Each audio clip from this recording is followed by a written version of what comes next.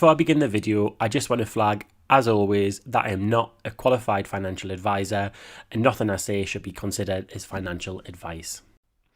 Hello, welcome back to my channel. So yeah, this video has been 2 years in the making. So I started recording my financial freedom journey in October 2023, and I set out a bold ambition of being financially free by December 2025.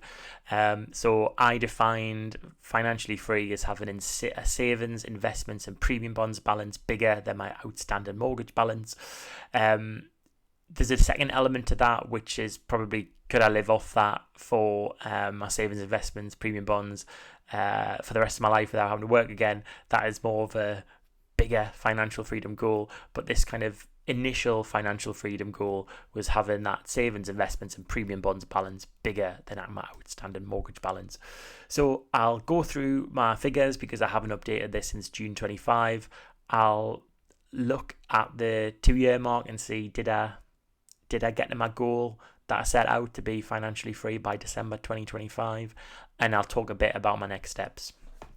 So in June 25, the figures were that I had savings, investments and premium bonds balance of £12,420 and an outstanding mortgage balance of £97,391. This meant that the difference was £84,971. And my monthly progress, so how much closer to the goal me and my partner were, was £867 in the month. So my total progress since I started was £18,647. And then I've just added two key bits here. So average monthly progress, that's £932. And then also, which I've just added for this video, is looking at my stocks and shares ISA and looking at what the 4% withdrawal would be. So in a year, I think a quoted figure around personal finance kind of community is that you could withdraw 4% from your investments each year and never run out of money on average. So yeah, that would be on £9,362. 4% of that would give £374 withdrawn annually. So yeah, not enough to live on. But again, that's the secondary financial freedom goal. So I'm just going to go through these numbers. I'll probably go through them pretty quickly because I don't want to labour the point on each one too much. So in July, how did I do? Well, the overall savings and investments figures went up because of a increase in my stocks and shares ISA, which was due to market gain, and my mortgage balance went down by about £500. So I have £83,717 left to save, and in terms of monthly progress, it was a good month, so I was £1,200 closer to our goal. So the total progress was then £19,901. In August, so the stocks and shares ISA was quite stable. It didn't go up by too much in August. I didn't add too much to my savings, and my premium bonds just got added £25 due. So actually my total across savings investments was pretty much the same as July. My mortgage balance again went down by £500, so it was still around £83,000 left to save, and my total progress was £20,509. In September, so September was a bit of a bad month from the sense of I had to withdraw money from my savings to supplement spending money for a trip to Japan. So the balance went down. The mortgage still went down by about £500. So in terms of monthly progress, it was pretty much similar to the month before, it just went down by a little bit. So the total progress was £20,340. So September felt a tiny little bit of a backward step compared to August. I'm just going to move to October. October was sort of better than September.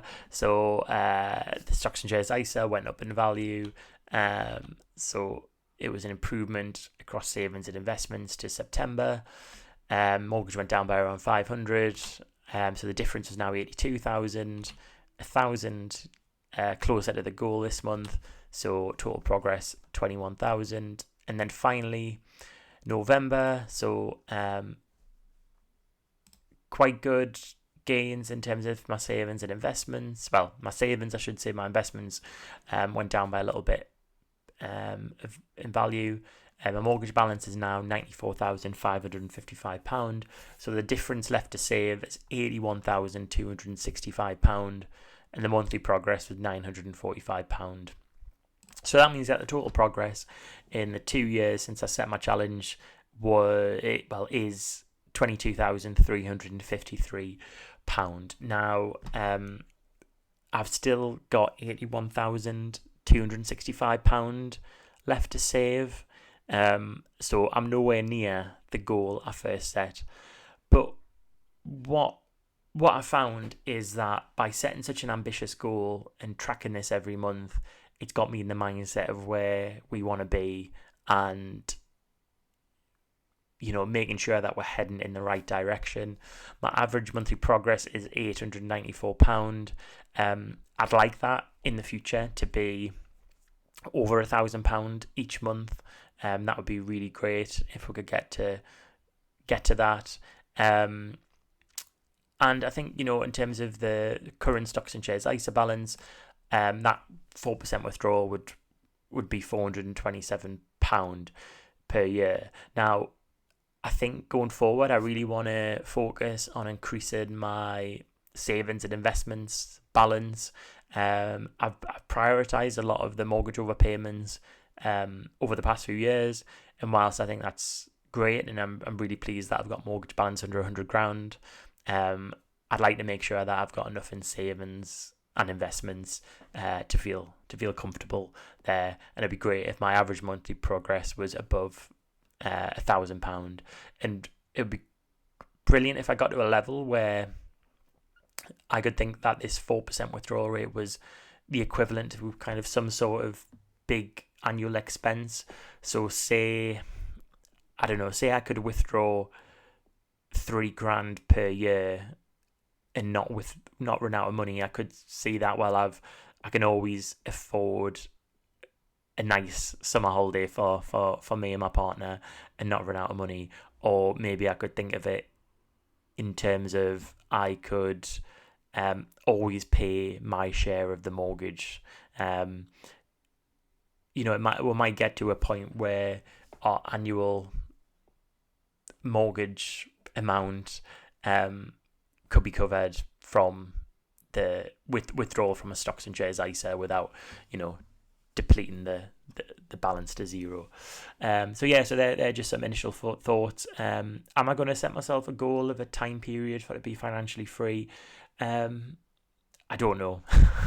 Wait and see. I think there's a balance between setting yourself up for a fail by making the goal too ambitious, but also setting a goal that's ambitious that'll make you think and make you drive forward towards something that's big. Because since 2 years ago, we are £22,000 better off, and that's without including any sort of capital appreciation in our property. So I'll stop waffling. I'll leave the video here. If you've got any comments on my journey or comments on your own journey or thoughts, then do let us know in the comments below, and I'll see you on the next video.